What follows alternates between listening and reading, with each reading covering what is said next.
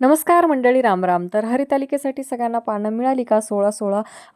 तर इथे आता आम्ही सगळ्या फळांची आणि फुलांची पानं घेतली आहे. बरेच जणांनी ओरडा खाल्ला असेल, कारण आमच्या इथे पण बऱ्याच जणांनी ओरडा खाल्ला, कारण ते पानं नव्हते तोडत, तर पूर्णच्या पूर्ण फांदी तोडत होते.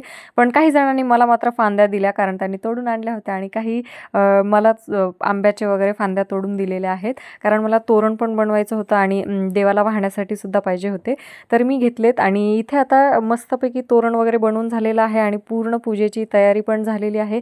आता हरितालिकेची पूजा करायची, आणि त्यानंतर जे शेजारी वगैरे आहेत तर त्यांच्या घरी पण जाऊन आपण हळदी कुंकू घेऊन यायचं, कारण सवाष्णांचा सण आहे. तर मी माझ्या सवाष्णांना हळदी कुंकू लावून प्रसाद दिलेला आहे, आणि खूप छान गाईचं दर्शन सुद्धा झालं त्याच दिवशी.